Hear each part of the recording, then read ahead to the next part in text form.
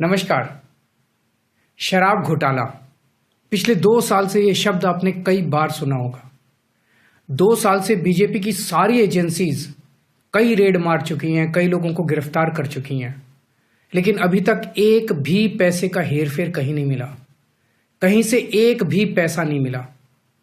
अगर भ्रष्टाचार वाकई हुआ है तो इतने करोड़ों रुपए गए कहां? क्या सारा पैसा हवा में गायब हो गया? सच्चाई यह है कि किसी तरह का कोई भ्रष्टाचार हुआ ही नहीं। अगर होता तो पैसा भी मिलता।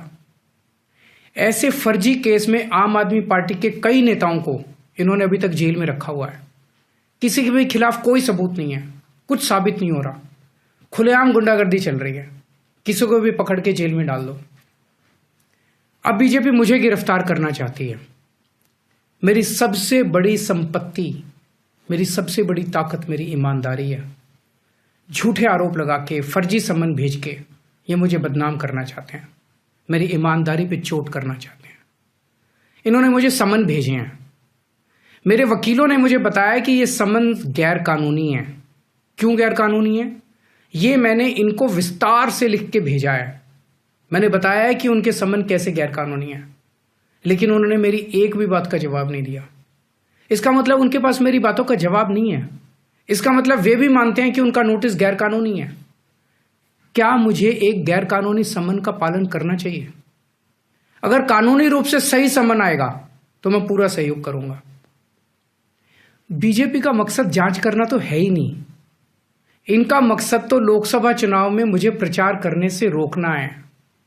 ठीक लोकसभा चुनाव के पहले इन्होंने मुझे सम्मन भेजा है। क्यों? इस जांच को चलते 2 साल हो गए। अभी ठीक लोकसभा चुनाव के पहले मुझे क्यों बुलाया जा रहा है? पहले क्यों नहीं बुलाया? सीबीआई ने मेरे को 8 महीने पहले बुलाया था।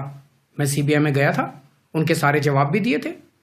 लेकिन अब ये लोग ठीक लोकसभा चुनाव के 2 महीने पहले मुझे बुला रहे हैं। तो बीजेपी का मकसद कोई पूछताछ करना थोड़ी है। इनका मकसद है पूछताछ के बहाने केजरीवाल को बुला लो और उसे गिरफ्तार कर लो, ताकि मैं लोकसभा चुनाव में प्रचार ना कर पाऊं। आज बीजेपी भ्रष्टाचारियों को नहीं पकड़ रही, बल्कि खुलेआम ईडी और सीबीआई का इस्तेमाल करके दूसरी पार्टियों के नेताओं को तोड़ के बीजेपी में शामिल करवाने का काम किया जा रहा है। एक नहीं, 2 नहीं, कितने उदाहरण हैं जहां किसी पार्टी के नेता के खिलाफ ईडी सीबीआई के मामले चल रहे थे या उन पे गंभीर आरोप लगे हुए थे।